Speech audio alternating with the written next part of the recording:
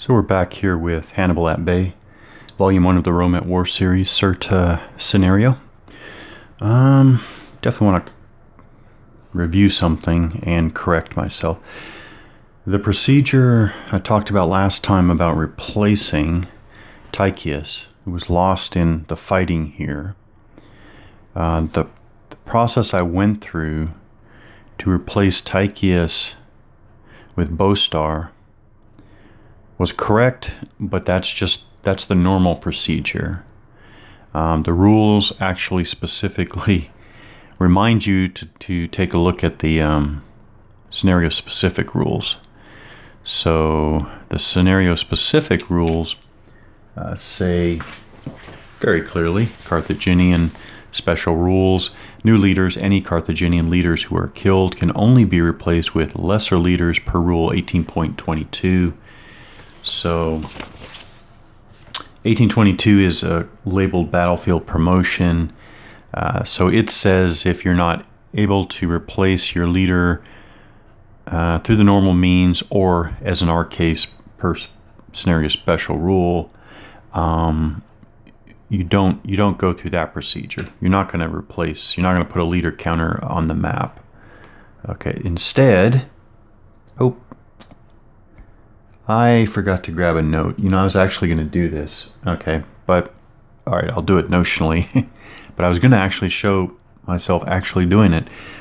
So basically, what it says is you're going to assign a lesser leader, quote unquote, lesser leader that will have a tactical rating of 0, which is actually doesn't really matter because Tychius had a tactical rating of 0 anyways, and the lesser leader will have an initiative rating of 1.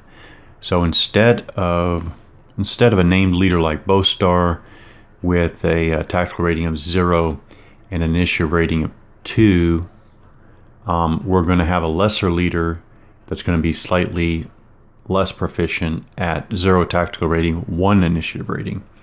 And what you do is you're going to note which unit in the formation that leader is with.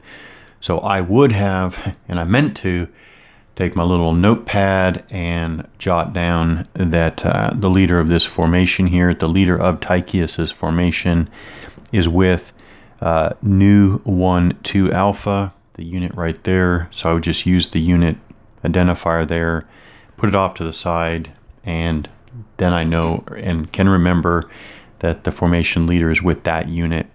And yeah, so that's the procedure for lesser leaders. It is in the rule book under 18.22. Title of the section is Battlefield Promotion, and it was clearly spelled out in the scenario rules that that's what I was supposed to do. So, no weather. There are no more reinforcements. I actually want to push this scenario on until I get until I get an opportunity to actually use the long units and talk a bit about those mechanics. So let's go to the command phase. So Syphax to the replacement leader here is fine. All of the Carthaginians are getting stomped here. So Carthaginians are fine. I think everybody is in command just fine. Laelius to Massinissa, Laelius to Sergius back there is fine. All the units I think are in command just fine. Yes, so I think everybody's in command just fine. Yeah. Okay, so then we have the initial phase. Before I go on to the initial phase, I want to say that these games are very, in my opinion, very unpretentious. I think these do qualify, to use a cliche, these qualify as simple without being simplistic. And I'll say that the unpretentious feel to these games is rather refreshing. Yeah, so Laelius rolls a 2, add his initiative rating of 4 is 6. Ooh, Syphax rolls a 1, add that to his initiative rating of 4 is 5. So again, or I think the Romans went first last time, but the Romans go first. So now Laelius rolls for his, and he gets a good, so isn't that interesting? You roll first for initiative and you want to roll high, then you roll to activate leaders and you want to roll low. So we roll a 1, subtract that from Laelius's initiative rating of 4 is 3.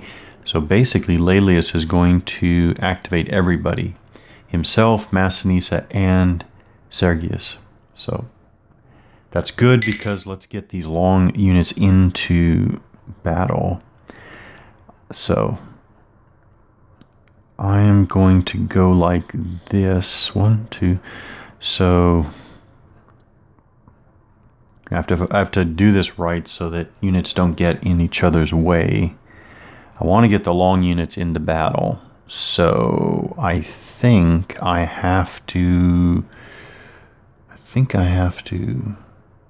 activate Laelius first. No artillery, no charging, movement. And I think they're going to move diagonally to Area 52. Ooh, Area 52 here. And that's fine, moving diagonally, because both adjacent units are clear of units.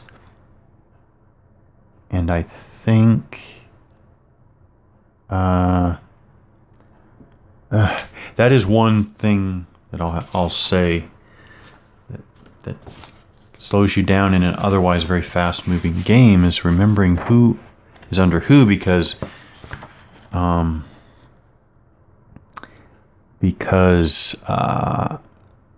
units aren't, well, I do find myself having to review again who's under who. So Laelius activated first, and he's got, okay, so he does have the Velites. He's got the Velites, heavy cavalry, yeah, and Italian heavy cavalry. Okay, so he has the cavalry that's with him and the Velites. That's what I was looking for. Now, these Velites are basically blocked now. They can't move diagonally through those gaps because of adjacent units. These Velites, however, are available. Yes. So they would want to go like that. Move the Velites like that. Okay, that's that, and then we go to assaulting. I don't see why the Velite, I mean, even though the Velites are only string, ooh, wow. Those Velites only have a morale of 3.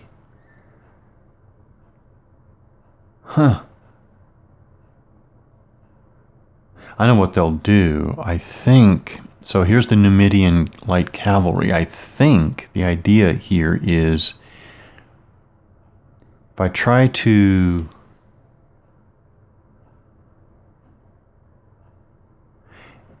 if they try to do close combat, or assault combat, I should say, I think the Numidian light cavalry could withdraw. And they don't want that. So I think that they're going to do missile fire, because then the light cavalry cannot move away. So I think that, and again, to review, I think that's just half strength. They're just Velites. They're not archers or horse archers. Units attacked only with missile fire may not withdraw.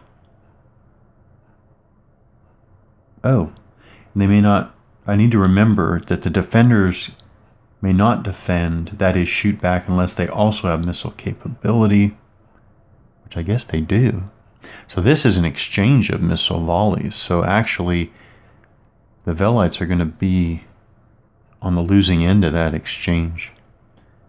You know, in that case, it doesn't make sense. So they'll just stay there. They'll position themselves there for future action. Okay. All right. I guess that's... these Velites aren't really very stellar. But it's probably good, their missile capability used in conjunction with a long unit. Okay. All right, so that's Laelius.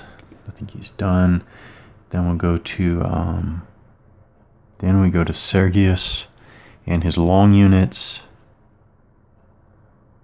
So now let's get into the action here. I think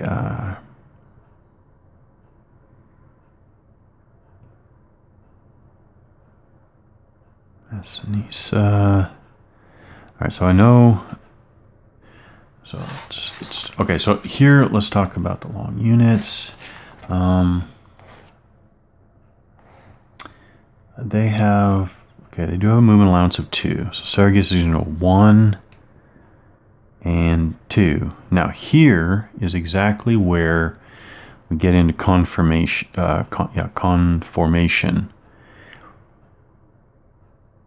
When I'm done moving here, I need to arrange him exactly how I actually want him, and then he doesn't move again. So why this is significant is because basically it's what areas do you want to put to your front, flanks, and rear. And again, we use the bisecting line.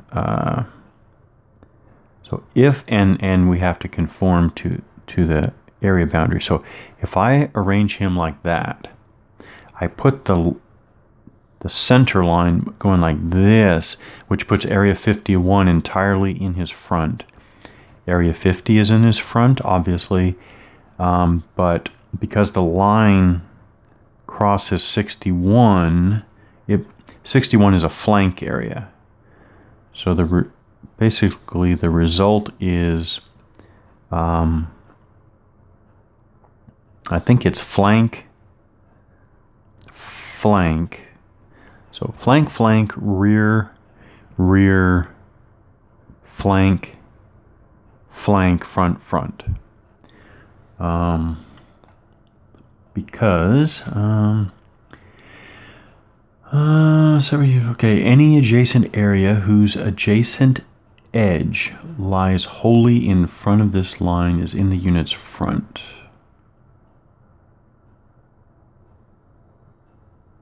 Okay. Any adjacent area whose adjacent edge the line points into is on its flank. Any adjacent area whose adjacent edge lies wholly behind the line is in the unit's rear. So again, that's how I think it's front, flank, rear, flank.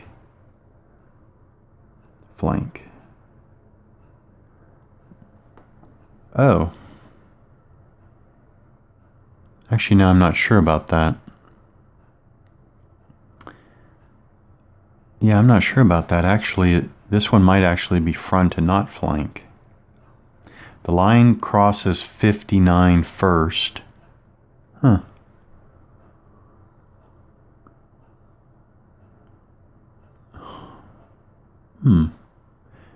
You know, I have to say I never actually thought about that.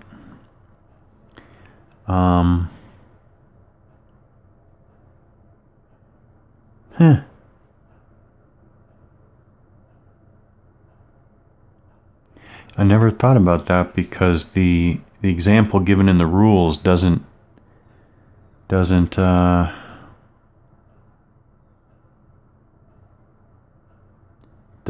help you with these diagonally adjacent areas. So technically, I think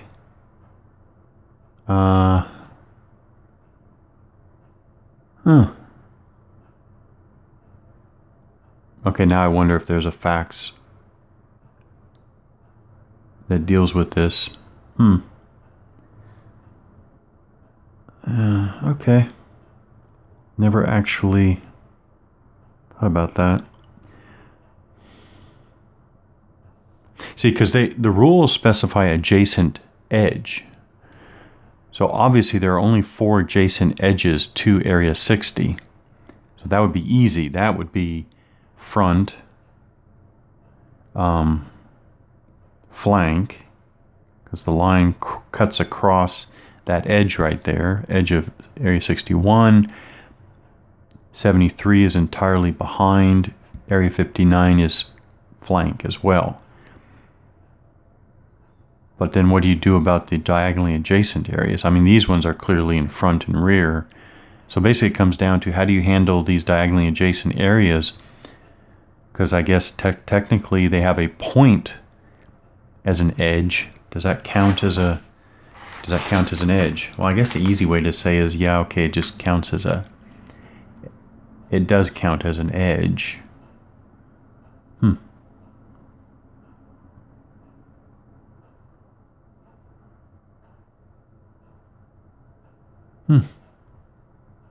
All right, I have no idea which way to go with that, so I'll go back to my original thinking that that area 72 and area 52 here are cut by the long units dividing line, and so are flank areas. But okay, yeah, let's go for that for now. All right, so he wants to put the Numidian light infantry there clearly in its front. I'm sorry, that's not the consideration. He wants to put these two areas in its front. If he wanted to put these two areas in its front, he would try to, yes, he would do it like that. You know what, actually that probably is better. Okay, so go like that. Done.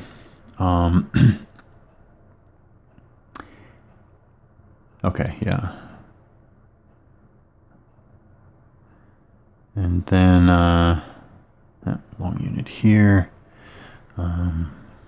It's definitely going to go adjacent, diagonally adjacent, and then arrange himself. That's fine. Okay, boom. That's Sergius. An assault, so definitely we'll assault here. So these guys don't have a facing, so they just turn. So they're definitely going to engage in an assault.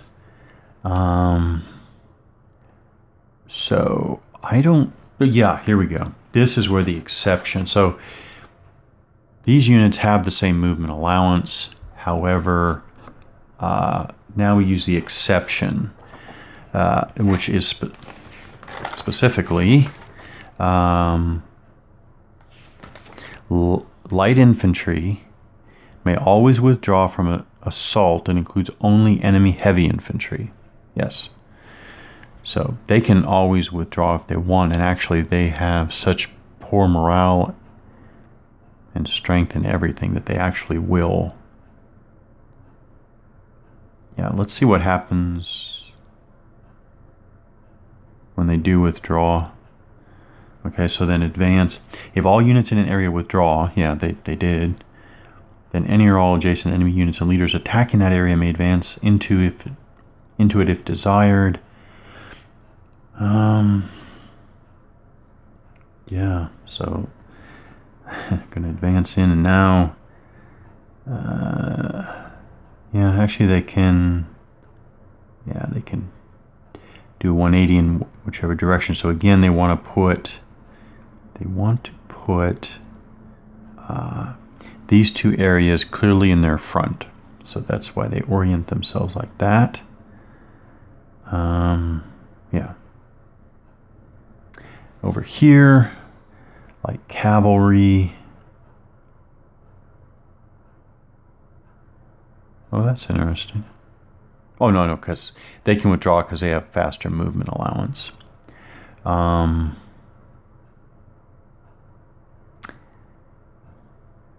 in this case, they can't because they're actually blocked.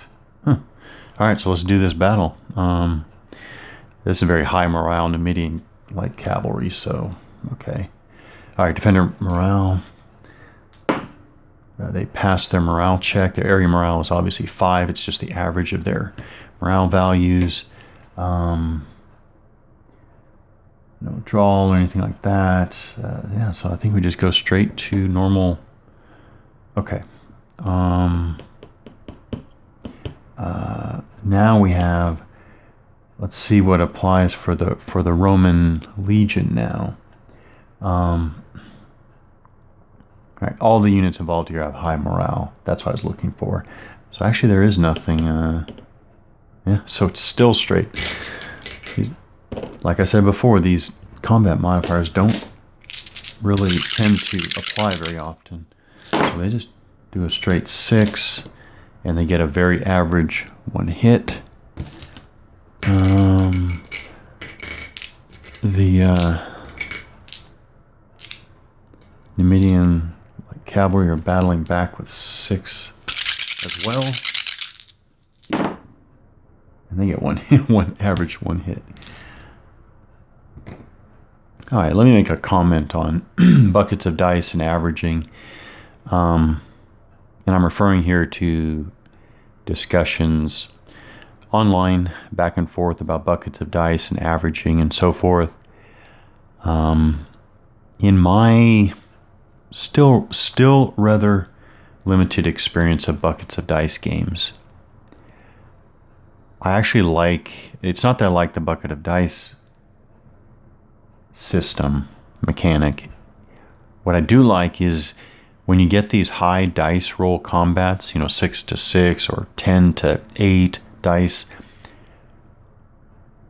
In my still rather limited experience, I see very strong averaging trends, which is what you would expect, of course, from the mechanic. And I like that. But I recognize that I like that because as a war gamer, I'm primarily a studier and not a player.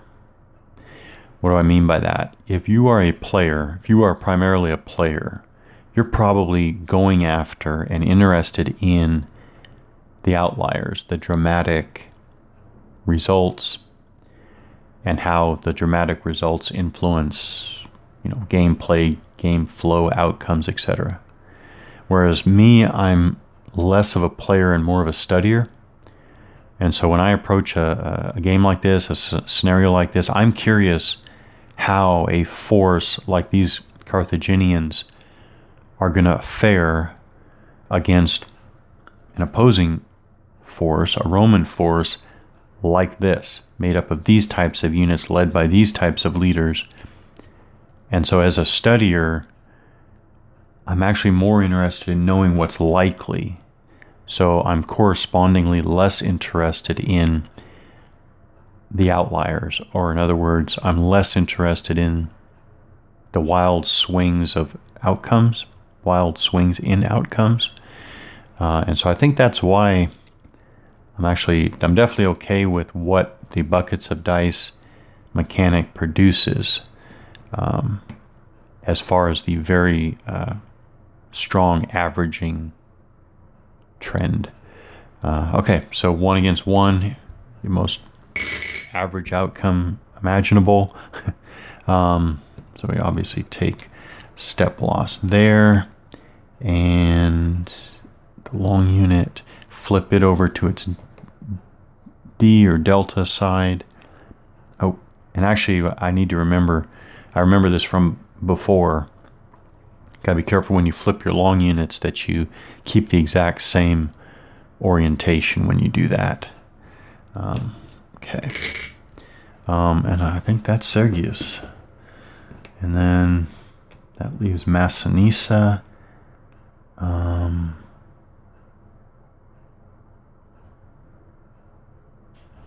I think Massinissa at this point would just pull back.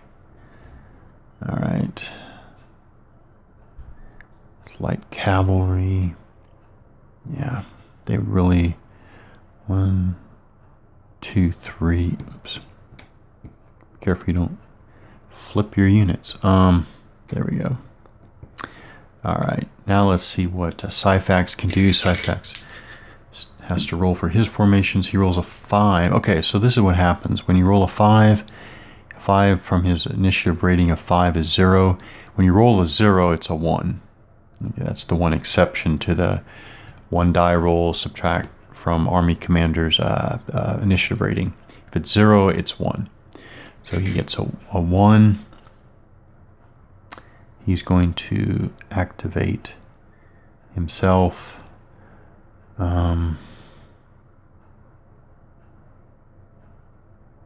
So he would activate himself. I think I can stop here. I think the Carthaginians are going to get well, the tide's turning against the Carthaginians now, I think.